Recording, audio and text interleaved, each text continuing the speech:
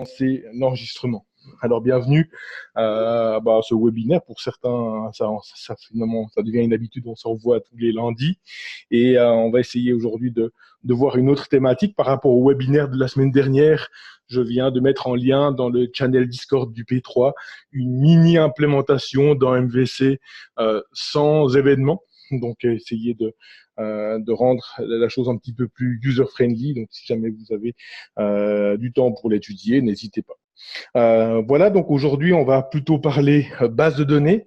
Et souvent, le P5 marque en petit relâchement au niveau de l'organisation du code.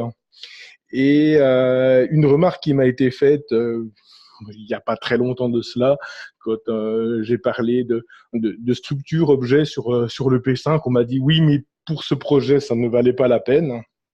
Alors, on peut toujours discuter, est-ce que ça valait pas la peine, est-ce que ça valait la peine.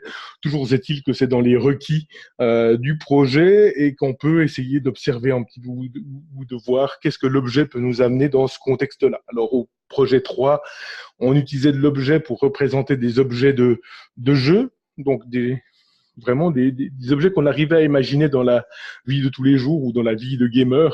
Et puis, on voit des choses qui se déplacent. Donc, c'est peut-être plus facile à imaginer. Ici, sur le P5, on est plus sur une couche d'accès aux données. Donc, typiquement, quelque chose de dématérialisé, quelque chose qu'on a du mal à se représenter en termes d'objets au départ, en tout cas, et on va voir un petit peu comment est-ce qu'on peut éventuellement organiser ce type de projet. Alors, je vais partager mon écran. Peut-être dites-moi si vous voyez tous ce qui se passe. Ou en tout cas, une personne. Oui, c'est bon. Parfait. Alors, ici, je suis pas sur le bon. Voilà. Donc, j'ai mis dans le channel de Discord Entraide & Co ce matin différents liens, notamment le lien pour le replay, mais également le lien vers ce repo qui donne quelques petites informations. Alors ici, je vais installer Records. En fait, je vais me modifier, je vais installer Records avec encore un driver pour MySQL. Je vais utiliser MySQL ici puisque c'est le cas pour le projet 5, mais Record permet également de travailler de manière quasi transparente, sauf pour les requêtes SQL avec Postgre. Et j'ai utilisé Pandas pour voir un petit peu ce qu'il advenait de mon jeu de données, puisque ici, vous trouvez dans Data un fichier CSV. Alors, je me suis demandé qu'est-ce que j'allais utiliser comme support de données, non plus pour pas commencer à faire l'application P5 à la place de ceux qui doivent le faire. Donc, du coup, je suis parti sur un dataset qui est utilisé sur le parcours Data Science, donc une base de données de films dans laquelle on a un certain nombre d'acteurs de films, de réalisateurs, de genres, etc. Et on va essayer d'organiser une mini base de données autour de ces données-là. En amont, j'ai essayé d'explorer un petit peu pour vous montrer à quoi ressemble un peu cette base de données. Alors, rien de tel ici qu'un notebook Jupyter pour rendre les choses un petit peu plus visuelles. Donc ici, dans ce notebook, j'ai tout d'abord utilisé des outils comme Pandas pour charger le fichier CSV en mémoire et pouvoir l'explorer de manière visuelle. On va dire que pour les gens qui font du data, c'est souvent la première étape avant de coder, c'est de connaître ces données. Et puis pour nous, pour le projet 5, pour les gens qui attaquent le projet Open Food Facts, même chose. La première étape est de connaître ces données, de voir ce que Open Food Facts a à nous offrir, quelles sont les informations qui sont contenues dans ce dataset. Alors ici, j'ai chargé une base de données contenant environ 5000 films. Donc on n'a pas besoin d'autant, voilà, mais on peut voir qu'il y a beaucoup d'informations qui sont relatives à ces films. Pas toutes vont nous être utiles.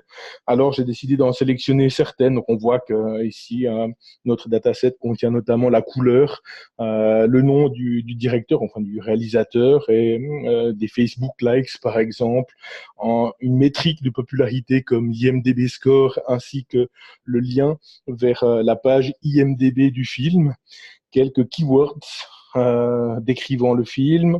On retrouve également donc l'année du film ainsi que différents acteurs. En fait, on trouve trois acteurs ici.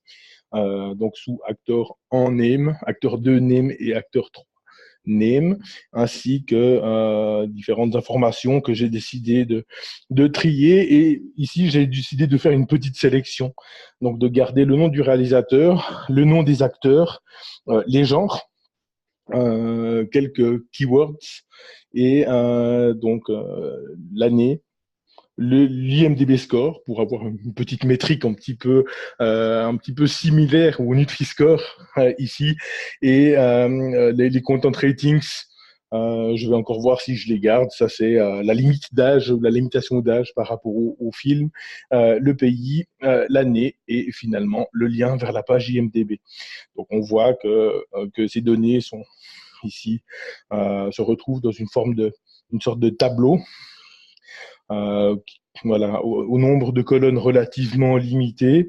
J'ai nettoyé également pour éviter qu'on ait des données manquantes. Donc aujourd'hui, je ne vais pas forcément, du fait que j'ai nettoyé les données ou je nettoie les données en amont, je ne vais pas forcément passer beaucoup de temps à faire une fonction de validation des données, de nettoyage. Vous verrez, pour ceux qui utilisent Open Food Facts, que ce soit au P5 ou au P8, ceux du P8 ont déjà eu un avant-goût au P5. Les données qui proviennent d'Open Food Facts sont assez, c'est un euphémisme, mais sales. Sales dans le sens que parfois, on a beaucoup de données vides, et les données qui sont pleines sont parfois du n'importe quoi, mais souvent également contiennent des bonnes informations. Alors le tout, c'est de faire le tri par rapport aux informations dont on a besoin dans le projet. Donc ici, j'ai déjà fait le tri en amont. J'ai également déjà découpé. On voit que les genres ici sont donnés. Donc un film peut posséder plusieurs genres. Donc, ça donnera l'occasion également de discuter de ces relations plusieurs à plusieurs. Donc, un film peut avoir plusieurs genres et bien sûr, en genre comme action, on voit ici qu'il peut contenir ou appartenir à plusieurs films.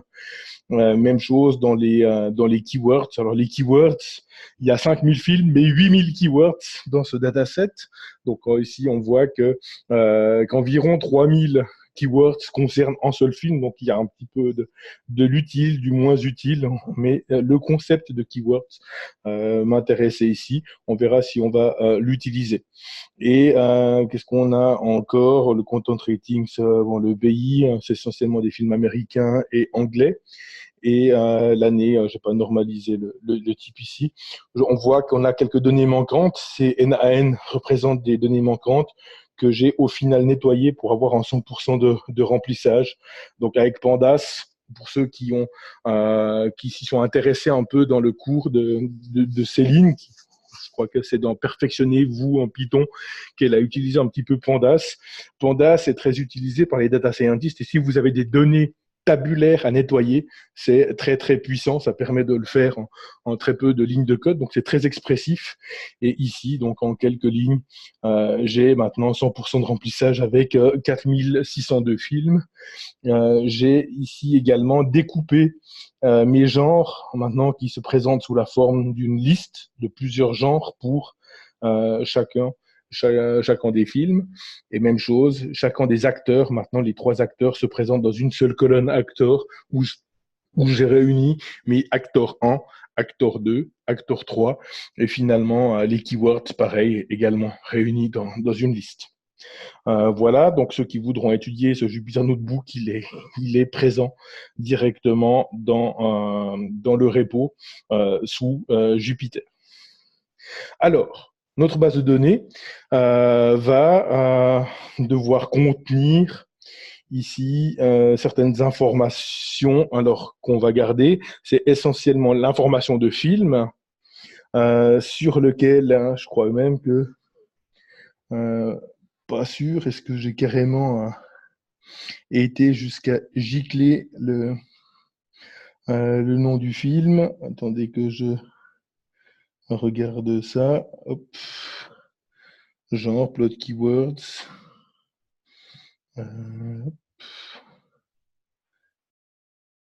title year, je crois que title year, non, c'est juste l'année, donc, hop, directeur, si vous voulez, movie title, ok, autant pour moi. Peut-être ça peut nous être utile, éventuellement. Donc, je devrais le garder dans ma sélection. Donc, l'idée, c'est qu'on va avoir quelques tables et essayer de voir comment est-ce qu'on peut organiser du côté Python une logique d'accès à nos données. Alors, pour ça, comme on n'a pas un temps qui est extensible non plus, je vais me limiter essentiellement à une table film, donc une table qui représente notre film, peut-être une table qui représente les personnes autour de ce film. Donc comme ça, on va pouvoir voir que les directeurs, les réalisateurs, ainsi que les acteurs peuvent les deux figurer dans cette table ici. Et une autre chose qu'on va peut-être utiliser, c'est les genres. Comme ça, on ne s'éparpille pas trop et on va voir comment organiser en code objet autour de ça. Alors, en minimum de conception, même si on n'est pas sur le P6 explicitement. Alors, peut-être que pour faire ça, on va se mettre à la mode populaire d'utiliser finalement Draw.io, qui est un bon outil, et puis qui nous permettra d'y voir un petit peu plus clair. Donc, pour ça, je vais utiliser UML. Et on va un petit peu, on va prendre un nom de classe comme cela. Peut-être que je vais éliminer ma grille, comme ça. J'espère que c'est visible. Alors, l'idée, c'est qu'on a effectivement la notion de film. Alors, je vais le nommer en anglais ici, et on va garder le titre. Là-dedans, on va garder l'année et on va garder la note.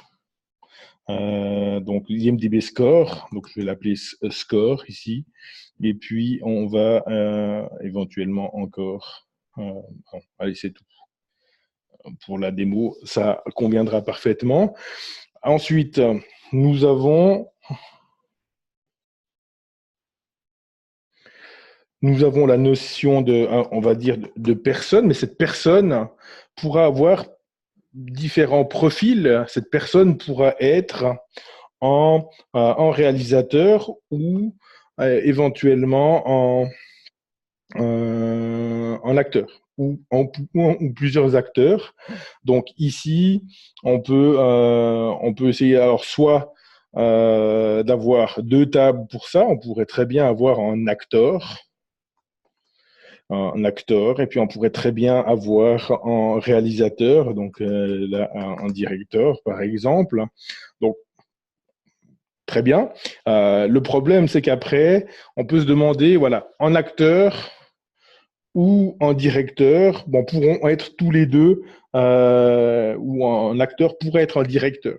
Par exemple, Clint Eastwood, et bah, typiquement les deux, ou d'autres. Donc, en objet, on va effectivement, éventuellement pouvoir ajouter la notion d'héritage. Alors peut-être que je pourrais commencer à faire un objet de l'héritage que vous avez tous eu lors du P3. Alors ici, on va peut-être utiliser une flèche qui représente l'héritage. Ici, le problème, c'est que l'héritage ne se laisse pas forcément bien représenter en base de données, d'une part, et d'autre part, ici, si je veux plus de types de personnes, je vais devoir augmenter le nombre de classes filles. Donc, l'approche que je vais utiliser, c'est plutôt de définir une personne et de définir un rôle. Alors, on va, hop, je vais transformer une de mes classes ici en rôle, c'est-à-dire qu'une personne peut avoir le rôle de directeur ou une personne peut avoir le rôle d'acteur ou peut éventuellement avoir les deux rôles. Donc ici, nos classes sont relativement simples. c'est-à-dire que personne va essentiellement être représenté par le nom de la personne. Je n'ai pas ici d'email ou d'autres informations. La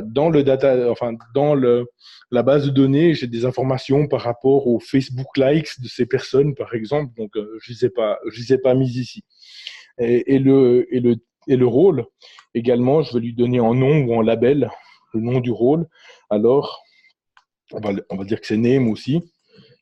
Donc, le nom de ce rôle. Alors, on a une table rôle qui, pour l'instant, en tout cas, dans la phase embryonnaire de notre base, aura essentiellement deux instances ou deux lignes. Donc, c'est une classe. Donc, en fait, finalement, deux instances, soit on aura un directeur, soit on aura un acteur. OK. Donc, le directeur et acteur seront deux instances de cette classe rôle. Et donc, une personne va posséder un de ces rôles. Et finalement, l'autre donnée catégorielle qu'on va obtenir, c'est une donnée sur le genre. Alors, le genre du film, également, on a un nom du genre, savoir si c'est un policier, si c'est une comédie, si c'est un film d'amour, etc. Donc ici, maintenant, ce qui va être important avant de s'attaquer à la base de données, ça va être de réfléchir aux différentes relations entre ces tables. Et ça, c'est quelque chose qui, au départ, est mal compris, qui va conditionner en fait tout notre modèle objet là derrière. C'est de voir qu'est-ce qui se cache entre movie, personne, rôle, genre. Si vous venez comme moi, finalement, il y a bien longtemps, mais comme beaucoup de gens dans le monde où Excel est roi, donc les feuilles Excel de Microsoft Excel, par exemple, on a souvent l'habitude de mettre toutes les informations dans un tableau Excel à plat, avec plein de colonnes, parfois il y en a énormément. Et du coup, on se rend compte que l'exploitation de ces données devient relativement pénible. Donc, de la même manière que vous allez, lorsque vous faites l'analyse objet dans le programme, essayer de réfléchir à quelles sont les classes, enfin, quels sont les objets d'abord, et ensuite quelles sont les classes qui vont représenter mes différents objets. Ici, on fait exactement la même chose et on crée une classe par ce qu'on va appeler par entité. Ces entités sont des éléments de notre domaine business, comme on l'appelle, donc qu'on va manipuler. Et effectivement, on va manipuler des personnes, on va manipuler des genres, on va manipuler des movies. Donc, c'est pas forcément une bonne idée d'aller mettre une colonne genre dans Movie qui va pouvoir contenir 26 valeurs différentes, voire plusieurs valeurs par movie, donc de mettre une colonne genre avec sous forme de chaîne de caractères dans lequel j'aurai amour, virgule, policier, virgule, western, par exemple. En effet, qu'est-ce qui se passe si vous avez amour, virgule, policier, et puis policier, virgule, amour? On va vous dire un film policier qui est à la fois un film d'amour, c'est pas. Mais action, virgule, policier, ou policier, virgule, action. Est-ce que c'est égal? Est-ce que c'est pas égal? Comment est-ce que votre code va gérer ça? Donc, vous avez bien meilleur temps de séparer les choses et ensuite, ce sera beaucoup plus flexible. Par contre, maintenant, se pose une question, quelle est la relation entre ces différentes tables? Alors, on va essayer de voir ça. Alors, ici, entre la table personne et la table rôle, j'ai effectivement une relation. Donc, cette relation, ou ces relations, je vais les noter sans utiliser des flèches. Et alors, du coup, hop, moi qui ne suis pas habitué à ce logiciel-là, alors, je pense que je dois mettre du texte. L'idée, c'est que on doit savoir combien il va y avoir de personnes pour un seul rôle et combien il va y avoir de rôles pour une personne. Alors, si je prends une personne, mettons Clint Eastwood, lui, il va pouvoir être éventuellement acteur ou réalisateur. Donc, essentiellement, c'est une personne qui aura deux rôles. Donc ici, éventuellement, est-ce qu'une personne peut avoir zéro rôle? On va dire, dans notre cas, une personne est soit acteur, soit réalisateur, sinon elle n'a rien à faire de ma base pour l'instant. Donc on va dire dans la phase d'analyse. Alors techniquement, on a deux rôles, puisqu'on a deux maximum, même si par la suite on va ajouter plus de rôles afin d'être un petit peu plus général. On va dire qu'on a soit un, soit plusieurs rôles pour une personne. Donc, une personne va pouvoir avoir un ou plusieurs rôles. Et j'indique ce fait-là avec ici une notation UML. Donc, si vous n'avez pas encore de l'expérience avec les diagrammes de classe, c'est pas grave. Simplement, vous pouvez le prononcer en français. Une personne a un ou plusieurs rôles, et un rôle peut être partagé par plusieurs personnes. En effet, si je prends le rôle acteur, nous aurons énormément de personnes qui auront ce rôle d'acteur. Éventuellement, par contre, en rôle, il se peut que j'ai que des réalisateurs dans ma base de données et pas d'acteurs à un certain moment, en tout cas au moment où je remplis. Donc, on va dire ici, voilà, donc ici j'ai 0 ou plusieurs acteurs. Donc, en rôle, plusieurs personnes. Une personne va être en relation avec un film. Donc, on a deux types de relations. Une personne, de nouveau, donc ici, en film, va pouvoir posséder ou être en relation avec, alors, du coup, il y aura acteur et il y aura réalisateur. Donc, c'est deux choses différentes. La question est, est-ce qu'il peut éventuellement y avoir plusieurs réalisateurs pour un film? Dans notre cas, ce n'est pas possible. Donc ici, j'ai deux relations éventuellement. Donc on a directeur ici. Hop. Et acteur.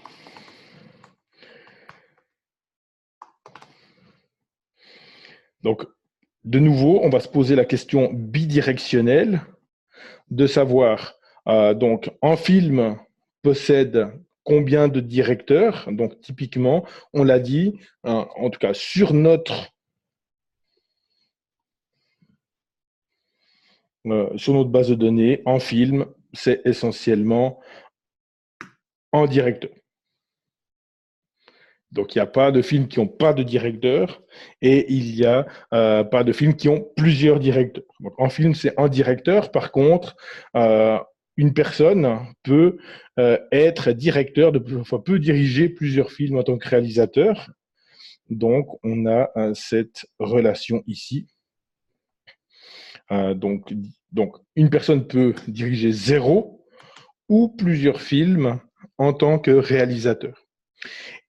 Et pour le coup, on pourra se poser la même chose pour les acteurs. Alors, en film, peut pour l'instant avoir au maximum 3 acteurs. Il est possible que dans le futur, on puisse en avoir plus. C'est pour ça que on va se dire qu'en film, peut avoir entre un et plusieurs acteurs. Est-ce qu'il peut avoir éventuellement 0 acteur? Pour l'instant, disons que pour jouer dans un film, mais éventuellement, un film pourrait ne pas avoir d'acteur si c'est une sorte de film documentaire sur je ne sais pas ce que ça on pourrait faire en film vraiment, mais Sur des animaux. voilà, ou complètement sur des animaux encore, que c'est assez rare qu'il n'y ait pas vraiment d'acteurs du tout qui interviennent. Mais effectivement, alors soit si on veut être général, donc on peut voir que ici c'est vraiment, faudrait connaître la base de données et savoir si éventuellement j'ai des données qui ont rien au niveau de l'acteur. En l'occurrence, si c'est le cas, et après mon nettoyage aujourd'hui, sans avoir regardé plus loin, je les ai éliminés. Donc là, si j'avais voulu bien faire mon job de data scientist, j'aurais essayé de comprendre, est-ce que c'est des données manquantes, est-ce que c'est normal qu'il manque des données au niveau des acteurs ou pas. Mais alors, pour l'instant, tous mes films ont 3 acteurs. Ça, c'est déjà quelque chose. Et un acteur, lui, pourra jouer dans 0 éventuellement ou plusieurs films. Donc de nouveau, une personne pourra jouer en tant qu'acteur dans 0 ou plusieurs films. Voilà. Et finalement, il nous reste encore la notion de genre. Alors, la notion de genre, c'est similaire un petit peu à ce que vous trouvez dans Open Food Facts, à la notion de catégorie pour la nourriture. Alors, on se pose exactement les mêmes questions. On a vu que un film pouvait avoir jusqu'à 5 genres et un genre va regrouper plusieurs films. Donc, on est également dans cette logique de relation plusieurs à plusieurs. Ici, c'est une relation qu'on trouve malgré tout relativement souvent.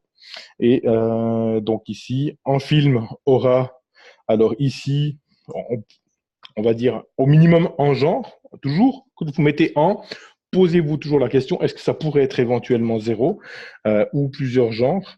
Et ici, également dans l'autre sens, un genre va regrouper éventuellement plusieurs films, mais il se pourrait que j'introduise un nouveau genre dans ma base de données et que momentanément j'ai zéro film.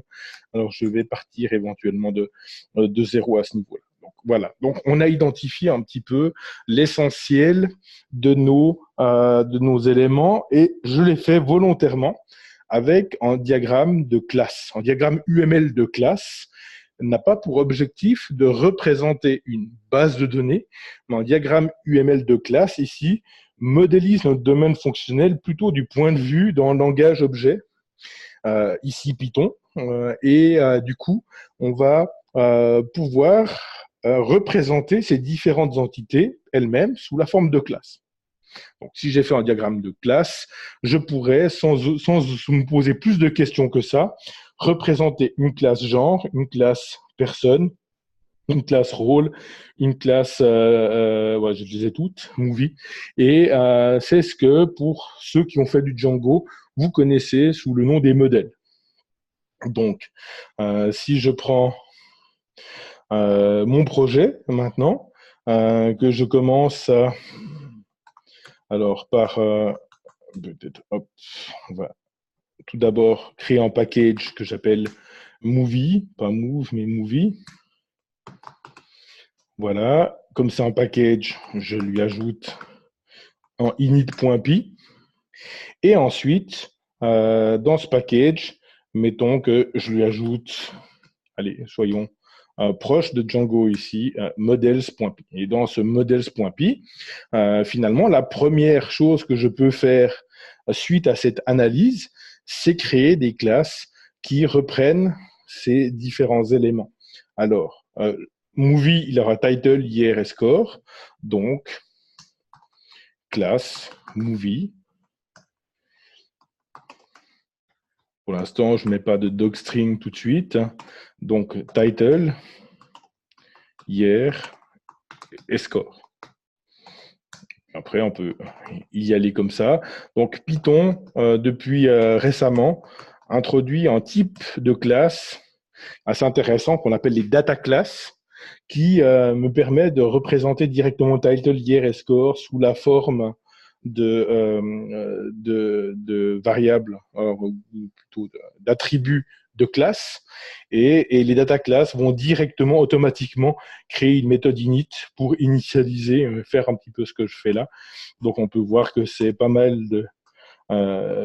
de code répétitif et inutile de devoir créer une fonction init avec autant d'arguments que j'ai d'attributs pour pouvoir créer en film et ensuite devoir affecter tous ces arguments de la méthode init ici à des attributs de notre instance. Donc ici, j'en ai mis que 3, mais vous avez vu tout ce qu'il y avait dans la base de données. Si j'avais décidé d'avoir un support beaucoup plus large de ma base de données, j'aurais plus que ça. Alors, on a vu qu'il y avait encore une classe personne. Même chose. Donc, ici, init. Avec un self. Alors ça va beaucoup plus vite parce que j'ai que name. Nous avons le rôle. Même chose. Alors, soyons efficaces ici. Et nous avons le genre. Donc, même si ce n'est pas des objets de jeu, du coup, j'ai ici une manière de représenter assez fidèlement mon modèle de données à l'aide de classes. Voilà, donc j'ai représenté dans models.py mes modèles. À partir de là, dans mon code Python, je vais pouvoir, pour représenter des personnes, je vais pouvoir représenter ou créer des instances de personnes. Pour représenter des rôles, je vais créer des instances de rôles. Et pour représenter des films, je vais créer des instances de movie. Maintenant, on va aller un petit peu plus loin dans notre modèle et en particulier, pour l'instant, j'ai représenté que les attributs qui n'interviennent pas dans les relations. En effet, ces relations, on va devoir les préciser tant au niveau de la base de données que de mes entités. En Django, vous avez peut-être déjà utilisé le foreign key field ou le many-to-many field. Donc, même chose ici, on aura, par exemple, si je me réfère à movie, on peut imaginer un champ actors, ici, qui me donne une liste d'acteurs. Donc ici, actors va être une liste d'acteurs et même chose, directors. Alors là, c'est différent. Director, on a une relation many to one. Donc, on est sûr qu'on n'en aura qu'un. Donc, ça, c'est des relations qui sont pour l'instant pas données explicitement dans les attributs de ma classe, mais qui sont données par les relations. Donc, on a un directeur, on a plusieurs acteurs. Donc, ici, actors au pluriel va être une collection. Une collection, ça peut être en ensemble, ça peut être, si c'est pas ordonné, un ensemble pourrait jouer. Si c'est ordonné une liste, par exemple, une liste d'instances de acteurs et director sera une instance de directeur. Donc, directeur, ici. Éventuellement, on se réserve la possibilité pour l'instant, pour certains en tout cas, de ne pas l'initialiser. Et comme ça commence à faire long, on va voir si on coupe la ligne. Donc voilà. Et puis, il y avait encore le genre. Alors, on a plusieurs genres également, potentiellement une collection. Donc, genre. Pour l'instant, on se garde ça comme ça. Éventuellement, on découpe ça en plusieurs lignes parce que ça commence à dépasser. Je sais que certains n'aiment pas les attributs, les arguments et les paramètres sur plusieurs lignes. Ça a un super avantage, c'est que ça permet de documenter éventuellement si nécessaire. Donc voilà, donc n'hésitez pas, hein, en Python on est limité à 80 caractères en largeur, mais on n'est pas limité en longueur, à part si vous m'écoutez lorsque je vous dis que quand ça dépasse en demi-écran, c'est trop long, mais ici ça dépasse pas le demi-écran. Et puis on va être souple si jamais le nombre d'arguments ici dépasse. Si on veut être un petit peu plus efficace, on peut utiliser les data classes. Je vous encourage à regarder de quoi ils retournent. Alors ici dans personne, alors du coup, si on a un film, si un film possède des acteurs, dans personne, on peut éventuellement, donc du coup, donc avoir un movies. Alors, passe acteur pour un acteur. On va le mettre comme ça pour l'instant. Hop. Et puis, donc movies as director. As director.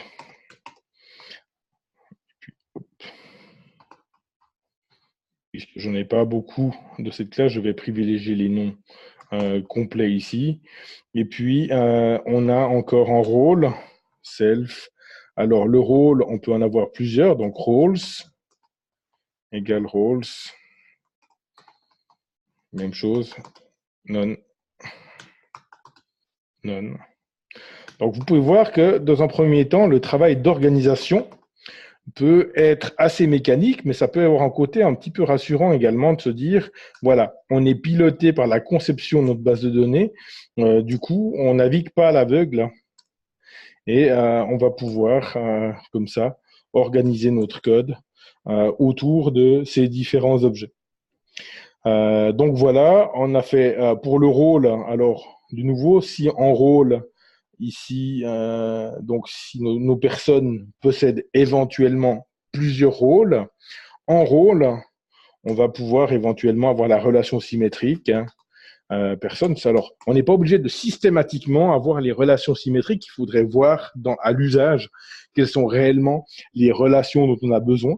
Simplement, j'essaie de montrer les choses de manière un peu mécanique pour que vous puissiez un petit peu sentir le truc. Si jamais de temps en temps, manifestez-vous, comme ça je sais que je suis plus tout seul et que j'ai pas de problème technique. On est là. Parfait. Alors, ici, même chose. Donc, en rôle, pour un même rôle, on pourra avoir plusieurs personnes. Et donc, ici, éventuellement, la possibilité de les reprendre. Et du coup, également, le genre, pour un genre donné, on pourra avoir plusieurs films. Donc, movies. Movies. Donc, ici, pour l'instant, je mets tout. Anon, effectivement, select movies, égale movies. Voilà. Donc, finalement, ici, on a de manière très mécanique représenté notre. Je vais pas pourquoi ça s'est ouvert. Voilà. Représenter notre petit modèle. Et derrière notre petit modèle, une fois qu'on a représenté le côté base ici, donc le côté Python, on aura le côté base de données. Parce que du coup, on va devoir traduire un petit peu le tout. Alors, pour faire efficace, je vais faire ça avec MySQL Workbench ici. Donc, dans MySQL Workbench, donc, que j'utilise généralement comme client graphique, spécifiquement avec les étudiants quand j'ai besoin de le faire. Possède donc la possibilité de dessiner des modèles.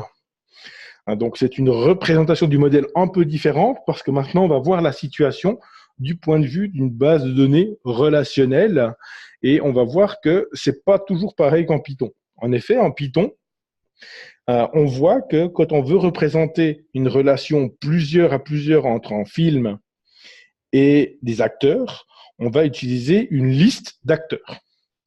Même chose dans le sens inverse, du côté des acteurs, on va avoir une liste de films qui référence les films joués par ces acteurs. Donc, on va pouvoir utiliser des listes d'instances côté Python. Du coup, côté base de données, on n'a pas vraiment d'instances, on a uniquement des tables, des colonnes et des valeurs dans ces tables. Alors, comment faire? En fait, ces relations-là, qu'on appelle plusieurs à plusieurs en particulier, vont se traduire par des tables intermédiaires. Donc, comment est-ce qu'il faut regarder ça? Donc, ici, sur ce diagramme, on a deux types de relations. Une première relation, c'est la relation 1 à plusieurs. Donc ici, qu'on a typiquement pour le réalisateur. Donc une personne réalisateur, directeur, pourra participer à plusieurs films et à l'inverse, un film pourra contenir un seul directeur. Donc ici, on a un à plusieurs ou plusieurs à un, c'est deux façons de voir la même relation. Alors, on va utiliser, pour ceux qui ont déjà commencé les cours sur MySQL, la notion de clé étrangère. Et dans ce cas-là, la clé étrangère se trouvera toujours, et absolument toujours, donc là, on n'a pas de question à se poser, la clé étrangère se trouve toujours du côté du plusieurs. Donc ici, j'ai mis une étoile, donc la clé étrangère se trouvera de ce côté. Donc, je vais créer sur MySQL une table qui s'appelle Movie avec 3 éléments title et une clé étrangère. Donc, pour ça, je dois créer d'abord les deux tables et en plus, de ces informations, pour les besoins des relations de la base de données, je vais rajouter ce qu'on appelle des clés primaires, c'est-à-dire une sorte d'ID numérique qui représentera chaque film. Donc, chaque film sera représenté par un ID numérique ici, et chaque personne également sera représentée par son ID numérique pour des raisons d'efficacité des références au sein de la base de données. Donc, à chacune de ces tables, hein, ou de ces classes, je vais ajouter un attribut lorsque je me trouve dans la base de données. Alors, allons-y. Donc, je vais créer un nouveau diagramme. Ici, ma base de données donc s'appelle Webinaire Repository. Voilà. Alors, là en dessus, j'ai donc un espace qui va me permettre de dessiner des tables. Donc, je sélectionne une table, je la dessine, je vais la nommer celle-là Movie. Alors, j'applique une convention qu'applique environ 50% du monde, à savoir que je nomme toutes mes tables comme les classes, mais tout en minuscules, c'est-à-dire au singulier avec des minuscules. 50 autres % de la population, les développeurs, nommera ces tables au pluriel. Donc, choisissez votre camp. Pour moi, c'est simplement plus logique de le mettre au singulier, mais ça se discute comme vous pouvez voir. Donc, on va vouloir avoir un ID. Chez moi, il est auto-incrémenté, et puis il sera une clé primaire. Sinon, j'aurai un title. Le titre sera une donnée de chaîne de caractères. Ici, donc probablement donc une chaîne de caractères, on va dire 150 caractères, mettons. Cette chaîne sera requise, donc on va supposer qu'elle n'est pas nulle, puisqu'on a besoin de ça. Alors, maintenant, j'ai oublié mon modèle. Qu'est-ce qu'on a encore? On a donc title hier. Hier, ce sera un entier. Un entier. On pourrait imaginer éventuellement qu'on ne connaisse pas l'année. Ce ne serait pas un problème pour moi. Allez, on le laisse à nul. Même si mon dataset est complet, il faut qu'au moins ça ne va pas arriver. Et également le score. Le score, ici, est une note entre 1 et 10 qui peut être avec des virgules. Éventuellement, je représente ça comme un nombre décimal, comme un décimal de 1. Comme ça, j'ai une précision exacte plutôt que d'avoir un 2,000009, par exemple, pour 2,1. Donc, voilà. Donc, deux chiffres et un chiffre après la virgule. Ça, c'est mon type décimal. Éventuellement, on accepte quelque chose qui n'aurait pas de score. La seule chose que je rends obligatoire, c'est le titre. Alors, maintenant que j'ai ma table Movie, allons-y avec la seule table qui va m'être utile pour implémenter cette première relation à director, c'est la table Personne. Alors, ici, donc, Personne. Également, on va lui mettre un ID sous forme d'entier, qui est une primary key, qui n'est pas nulle et qui est auto-incrémentée. On va également, au-delà de l'ID, lui mettre le name. Alors, le nom de la personne, je sais qu'il y a des gens qui ont des noms très longs. Alors, du coup, on va également ça mettre en non nul et on est tout bon. Voilà. Donc, à partir de là, je vais pouvoir créer une clé étrangère. Donc, je choisis une relation ici en à plusieurs. Ça, c'est la notation. Alors, du coup, on n'est plus sur une notation UML. Ne confondons pas, on est sur un diagramme qu'on appelle entité-association ou entity-relationship. Et les notations sont un petit peu différentes. Donc, en, c'est simplement un trait qui se termine normalement, tandis que plusieurs, c'est sorte de petits deltas, ces trois traits qui forment une sorte de parapluie. Ici, si je sélectionne cette relation, je sélectionne d'abord movie et ensuite personne, j'aurai effectivement une clé étrangère qui s'est créée, ici qui référence l'ID de personne. Et ici, plutôt que person ID, on va appeler ça donc c'est director ID, même si ça pointe sur une personne. Je vais regarder dans mes clés étrangères. Donc, on a effectivement director ID qui pointe sur ID. Je pourrais définir quelques règles pour les clés étrangères. Voilà, mais je ne vais pas forcément le faire maintenant. Voilà, donc notre première relation. Maintenant, on n'a plus que des relations plusieurs à plusieurs. Donc, on va vite ajouter nos différentes tables qui sont le genre, toujours avec un ID auto-incrémenté et en nom. Voilà. Alors ça, c'est le genre.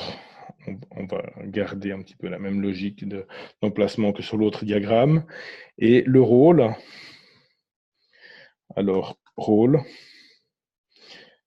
Avec un ID pour le rôle, auto-incrémenté et en nom.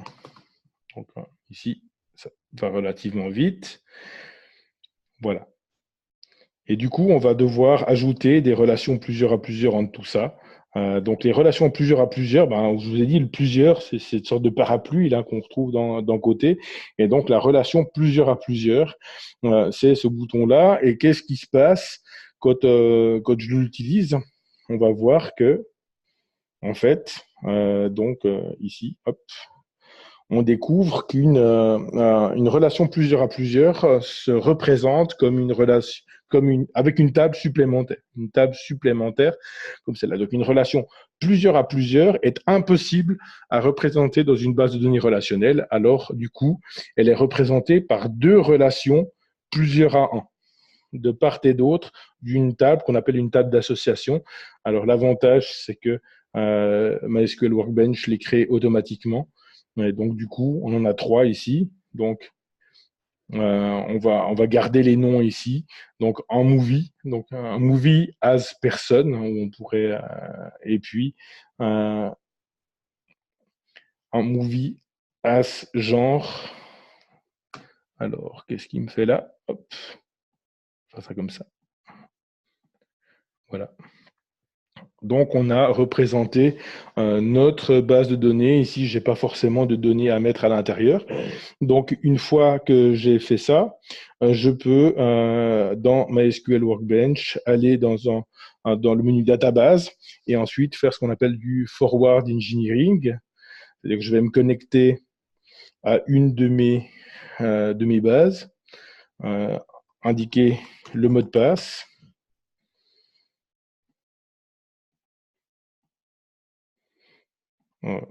Même pas reviewer le code SQL. Et en principe, si je me rends sur ma base de données, je dois avoir maintenant quelque chose qui s'appelle Webinaire Repository et dans lequel j'ai créé mes différentes tables.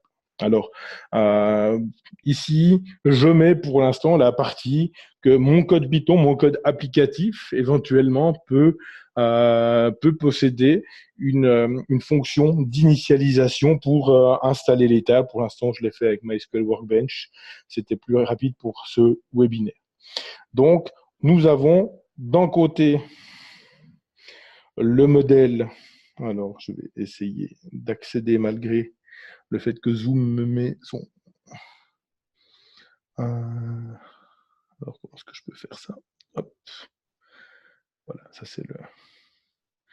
Donc, j'ai un diagramme qui concerne la base de données dans laquelle je retrouve mes différentes entités, movie, genre, personne et rôle. Toutes les relations plusieurs à plusieurs utilisent une table intermédiaire avec deux clés étrangères pointant de part et d'autre de ces tables. Donc, on peut le voir ici avec la surbrillance. Donc, ces tables-là sont trois tables d'association et on a une relation, une clé étrangère ici qui est un director ID qui est une relation plusieurs à un directe qui représente le lien entre movie et la personne jouant le rôle de directeur. Donc, à partir de là, nous avons nos tables d'un côté et nous avons notre modèle de données que j'ai déjà implémenté dans des modèles. Pour l'instant, il n'y a pas de lien direct entre ces personnes et la base de données, ou ces entités et la base de données. Donc, et l'idée, c'est qu'il n'y en ait pas. Et là, c'est le fondement de ce pattern repository.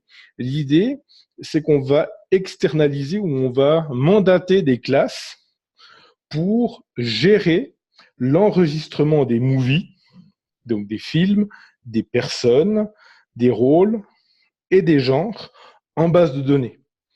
On ne va pas ajouter sur nos classes des fonctionnalités d'accès direct à la base de données. Pourquoi? Alors, ça permettra non seulement de confiner toutes les requêtes SQL dans des classes à part, ça permet surtout, si je change de base de données, de se permettre de changer. Ça me donne surtout en lieu ces repositories où je peux créer des méthodes spécifiques dédiées à la recherche ou à une opération en base de données particulière. Et on va voir un petit peu de quoi il retourne. Donc, pour implémenter ça, Django appelle ça des managers. Donc, Django utilise un fichier qui s'appelle managers.py. Le pattern s'appelle repository. Alors ici, repository, allons-y au pluriel, .py également. Donc, vous pouvez l'appeler manager, repository. Repository représente bien un élément qui est en dépôt, en enregistrement contenant mes classes. Donc, représente l'idée de la base de données. Mais l'idée, c'est qu'on ait une abstraction de la base de données. Alors, ici, on a 3 modèles principaux. Je ne parle pas des classes d'association. On a, enfin, 4. On a movie, personne, rôle et genre. C'est 4 entités principales en base de données. Et donc, pour ces 4 entités principales, on va créer 4 repositories. Donc, une classe à la fois, donc movie repository. Et c'est uniquement ces repositories-là qui vont se connecter à la base de données. Donc, movie repository, une classe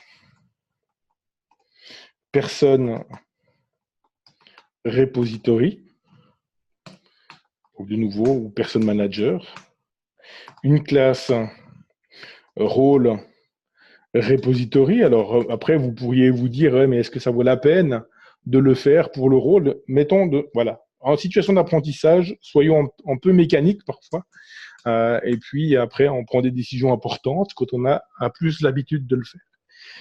Et du coup, genre repository. Alors, qu'est-ce qu'on va trouver dans ces repositories?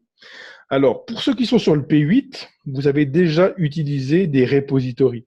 Lorsque vous faites, par exemple, movie en Django, .object, .all, vous accédez avec l'attribut de classe object, vous accédez au manager qui est lié à votre modèle.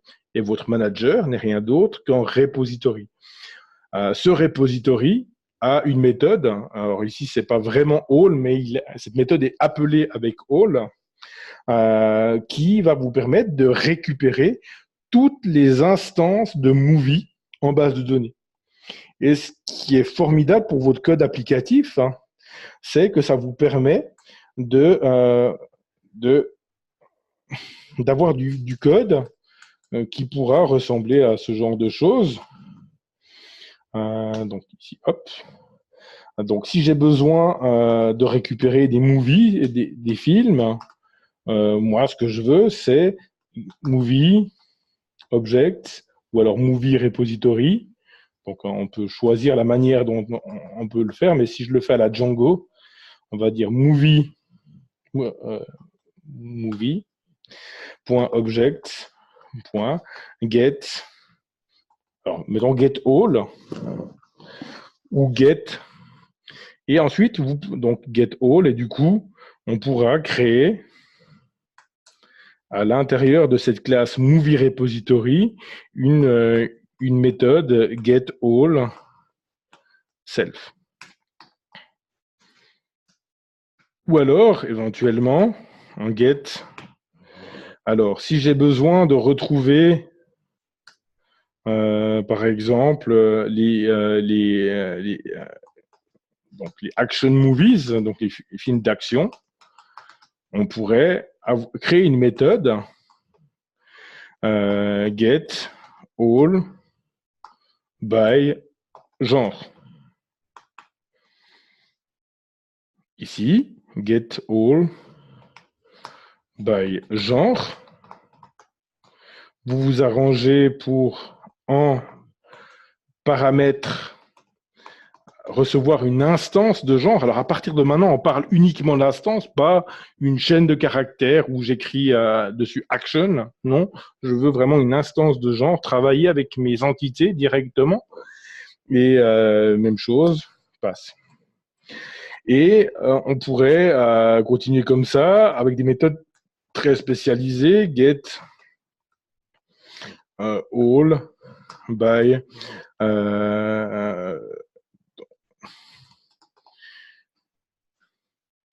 get movies ou get all with score larger than self score. OK.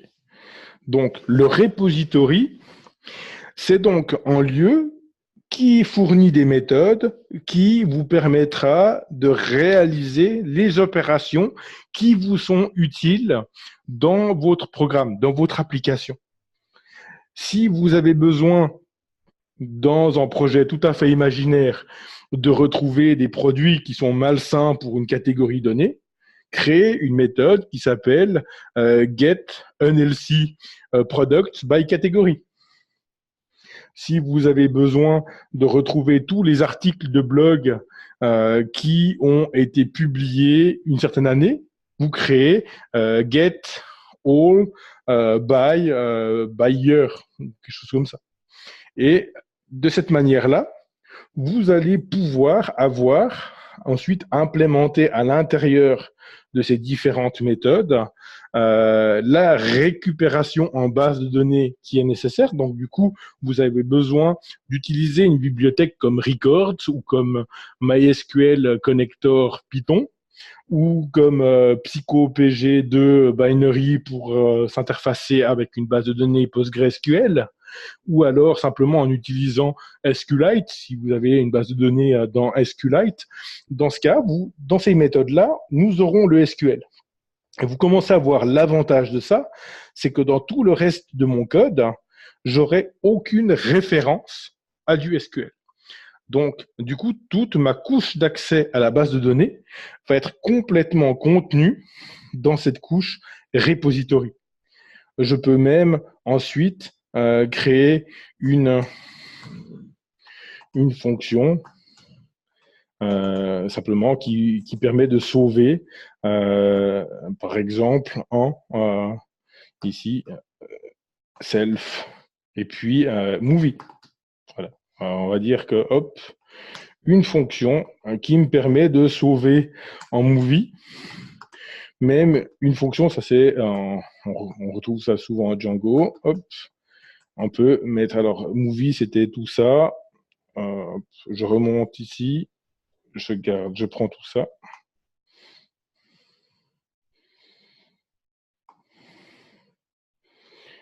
Voilà. Une fonction, ou une méthode, excusez-moi, qui me permet de créer et de sauver. Donc, contrairement à l'initialisateur. J'aime pas l'appeler constructeur parce que c'est pas un constructeur. Donc la méthode init de movie qui va initialiser une nouvelle instance de movie mais qui va pas la sauvegarder en base. Ici, on peut imaginer utiliser une méthode create de notre repository, de nouveau new movie. Donc nouveau, c'est toujours très instructif quand on programme de s'imaginer comment est-ce qu'on appelle, comment est-ce qu'on va appeler ces différentes fonctions ou méthodes. En principe, on fait ça dans les tests unitaires, mais peut-être que tout le monde ici n'en a pas fait. Alors, même certainement que tout le monde ici n'en a pas fait. Donc ici, on peut imaginer appeler la méthode create avec title, qui est le seul réel obligatoire ici.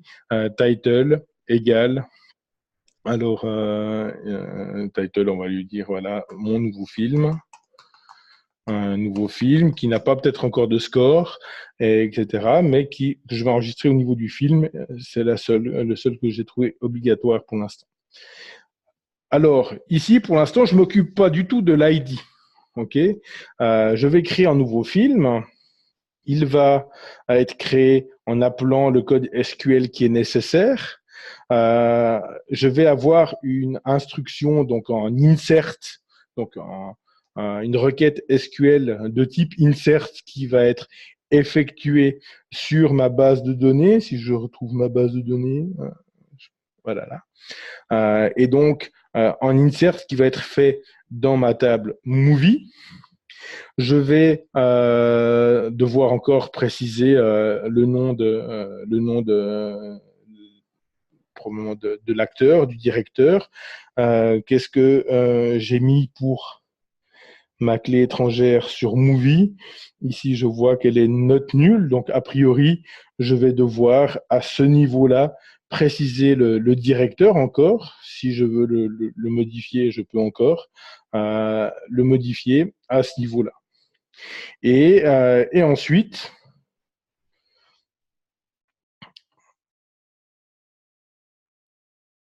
alors, repository, j'attends que mon zoom me laisse changer.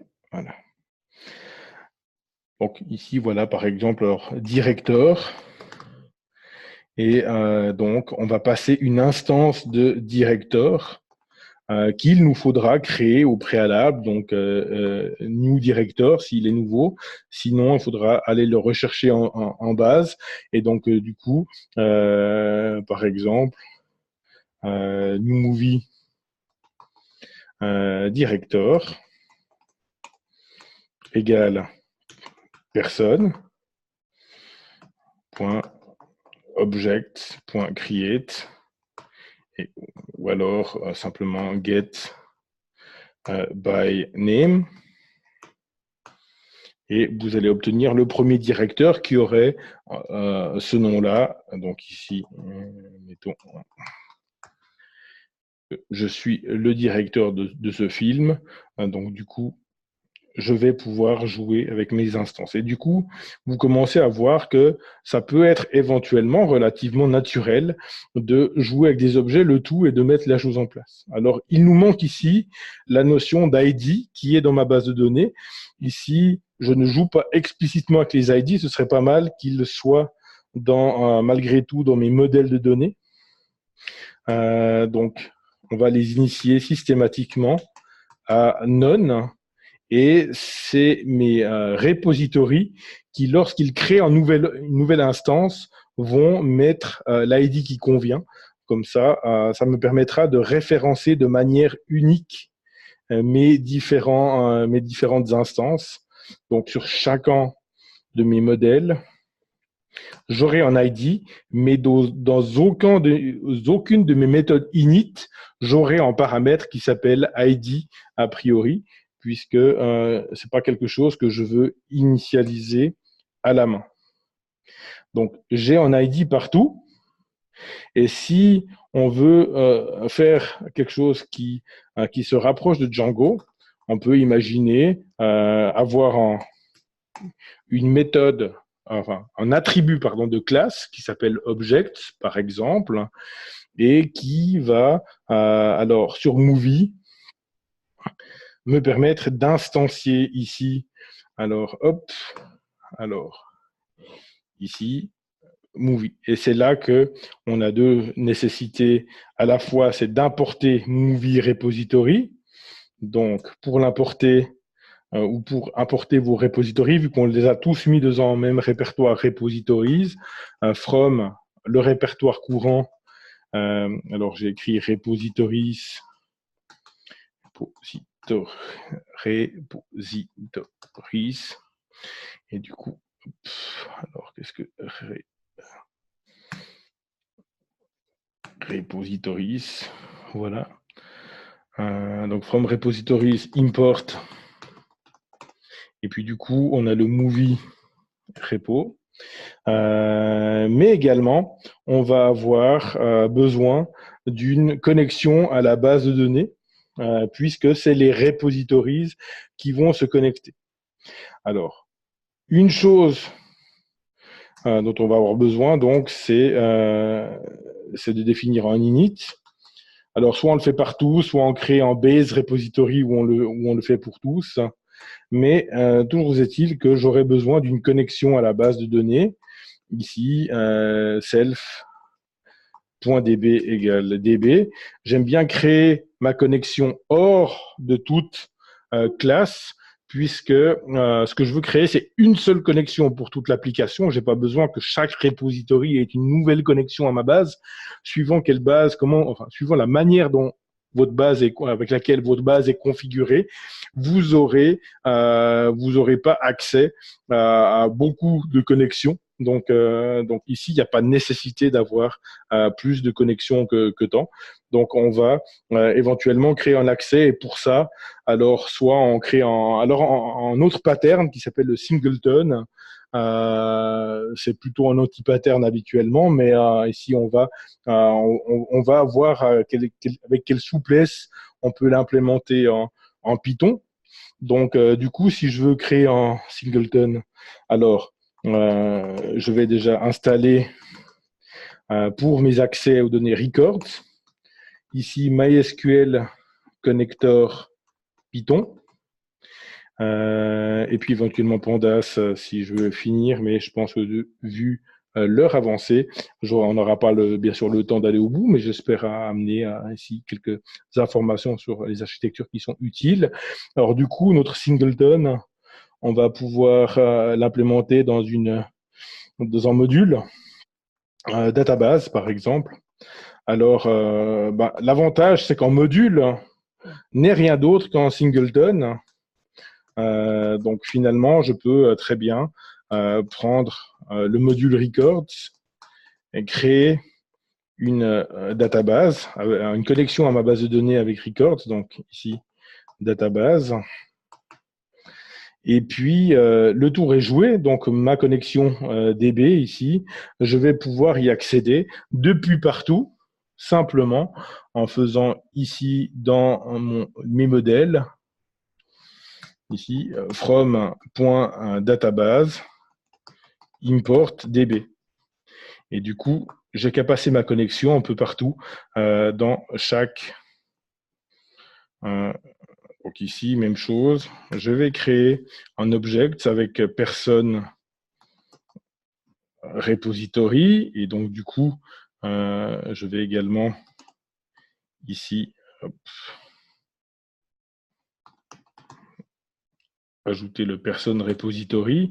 Si jamais ça part trop de l'autre côté, vous avez toujours la possibilité de jouer de la parenthèse en Python. Donc là, on va en avoir encore en rôle repository. Et donc rôle repository et genre repository. Si ça va vraiment au-delà, vous pouvez importer repository à ce repo, par exemple, et puis à préfixer chacune de vos classes avec repo.movie repository, repo.person repository, etc. Voilà, donc object ici, et puis on va faire la même chose pour toutes tous nos modèles, rôle, et pour genre. Donc on voit que finalement, chacune de mes entités aura reçu 2 classes ici, et dont une classe qui va s'occuper complètement de l'accès à la base de données et une classe qui va s'occuper complètement de la gestion de la donnée elle-même. Donc tout ça, pour l'instant, je peux ça éliminer, c'était pour prévoir un petit peu les choses. Donc j'ai mes différents modèles qui reçoivent tous en DB. Donc ici, pour tous, je vais pouvoir implémenter le même. Alors pour le coup, si vous avez la flemme de vous répéter, on peut créer un base repository. Hop.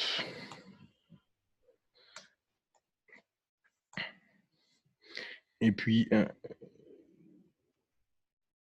du coup, faire un petit coup d'héritage qui fait éventuellement du sens ici et puis qui nous permet de s'affranchir de tout ça. Alors, c'est pas ma méthode préférée ici, mais bon, allons-y. Allons-y comme ça. Donc, on a l'accès à la base de données qui sera par de facto disponible dans chacun des repositories. Et donc, du coup, si j'ai besoin de faire un get all ici, alors je vais récupérer toutes les lignes. Alors, avec records, donc ici, j'ai une méthode qui s'appelle query. Dans cette méthode query, je vais pouvoir donc effectivement faire un. Alors ici, c'est un select.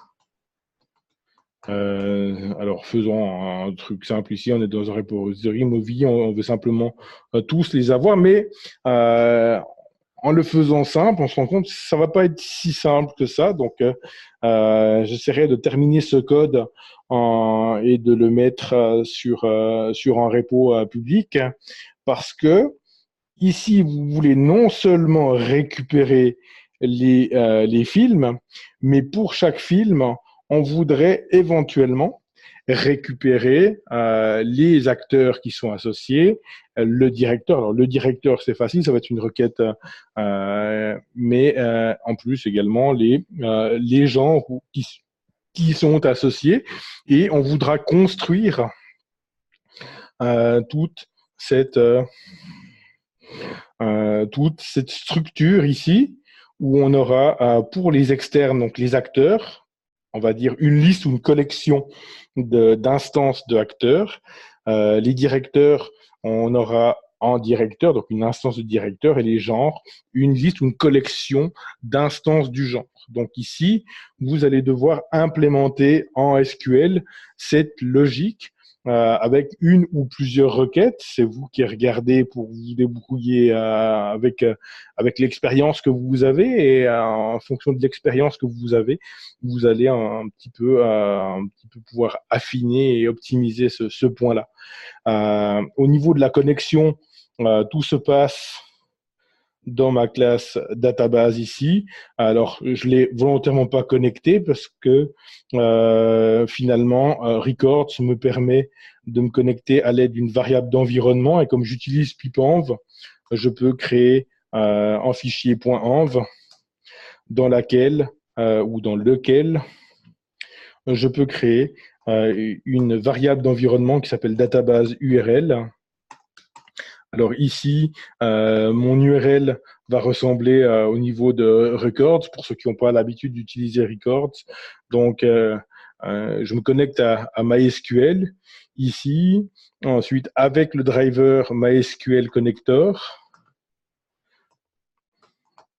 mon nom d'utilisateur est Chapuis, mon mot de passe en local, en tout cas, ici est.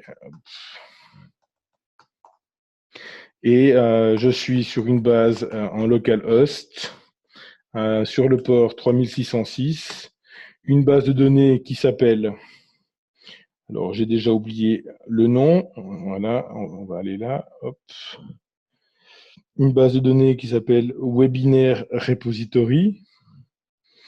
Donc, Webinaire Repository avec le char7 ici. Donc, char7 égale UTF-8MB4. Et je crois qu'on est bon.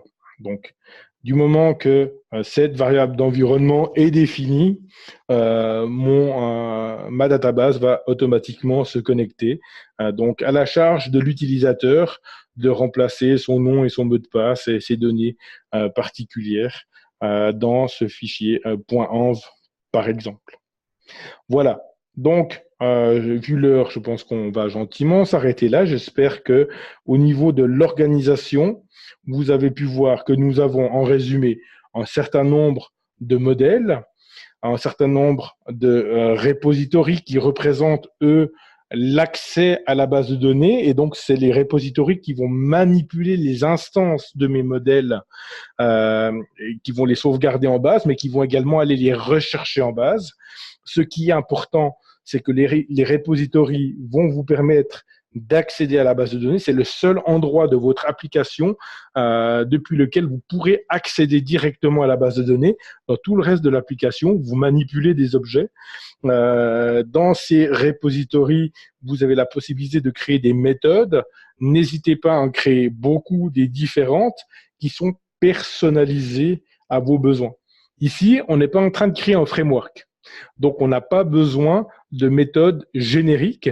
Si dans votre application, vous avez besoin d'aller chercher des produits sains ou des produits malsains par catégorie, créez une méthode get unhealthy product by category, get healthy product by category, et puis quelques méthodes d'enregistrement, mais créez juste les méthodes qui vont vous servir à récupérer et à enregistrer ce dont vous avez besoin.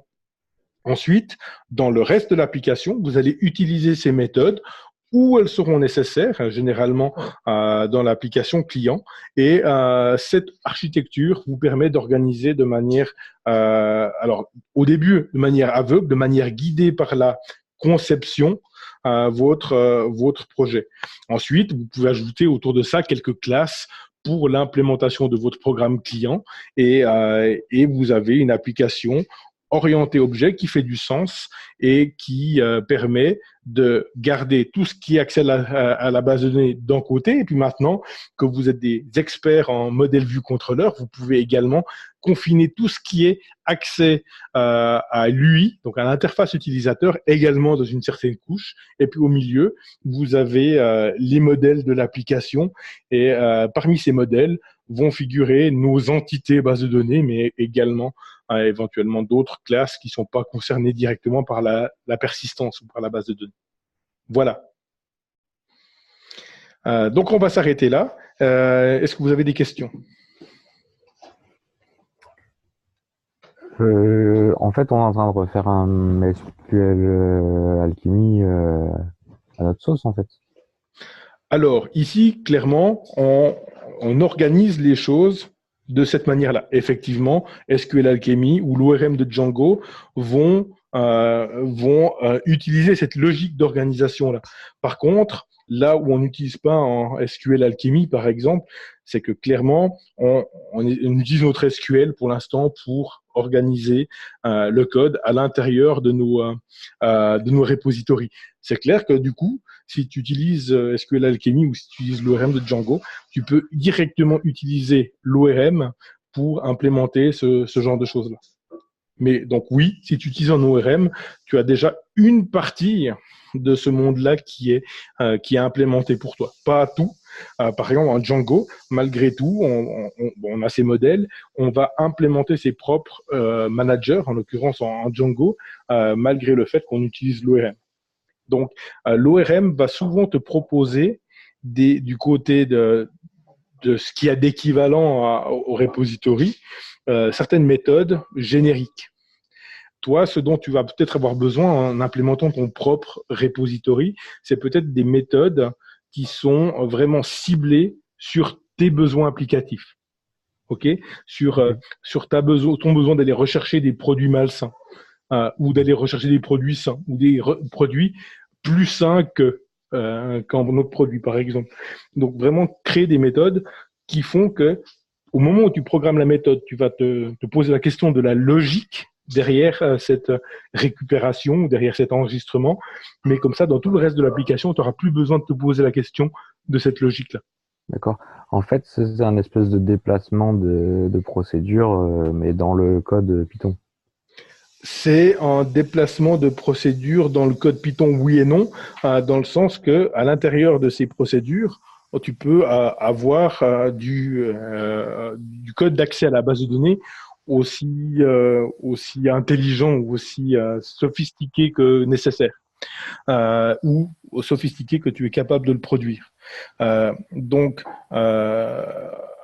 simplement, je vois plutôt ça comme un emballage ou comme une couche d'abstraction autour de ce qu'on va faire à la base de données. Finalement, le reste du code n'a pas besoin de savoir euh, comment est-ce que je vais, avec get all by genre, par exemple, récupérer tous mes produits par genre. Il n'a même pas besoin de savoir que derrière, j'ai une base de données MySQL ou une base de données relationnelle. Je pourrais très bien avoir du MongoDB ou alors en fichier à plat, un fichier JSON dans lequel j'ai tout enregistré, ou simplement en data frame Pandas.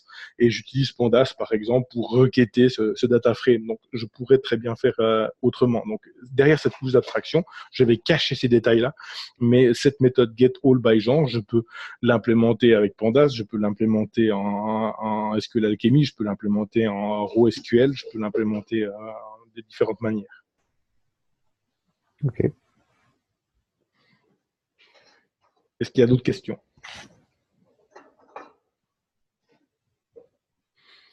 Donc voilà, j'espère donc avoir pu amener des précisions là-dessus. La vidéo sera disponible ces prochains jours.